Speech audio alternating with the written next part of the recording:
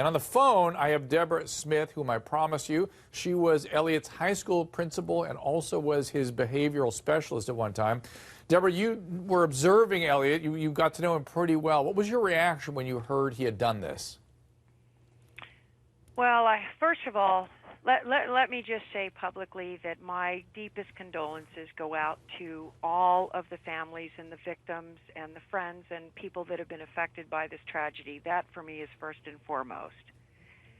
My initial reactions once I realized that it was who we affectionately refer to as our Elliot, I was devastated.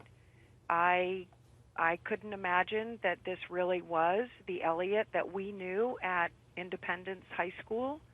I was devastated. I didn't even know what to do with it. I didn't know how to process it. I didn't know who to talk to. I was really shook up, very shook up, and I'm still working through much of that. Now, what you had observed, my understanding was a kid who was just quiet and socially awkward. But I also understand you saw a severe panic episode where he froze. Can you tell me about that?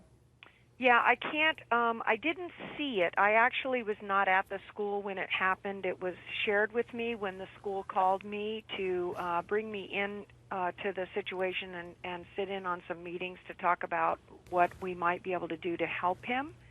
So it was described to me, but the way that it was described was at the end of a school day. It was early on in the semester, and he was on his way out to the car at dismissal time, and there were a large number of students at the school that he was originally attending before he came to Independence, and he just froze.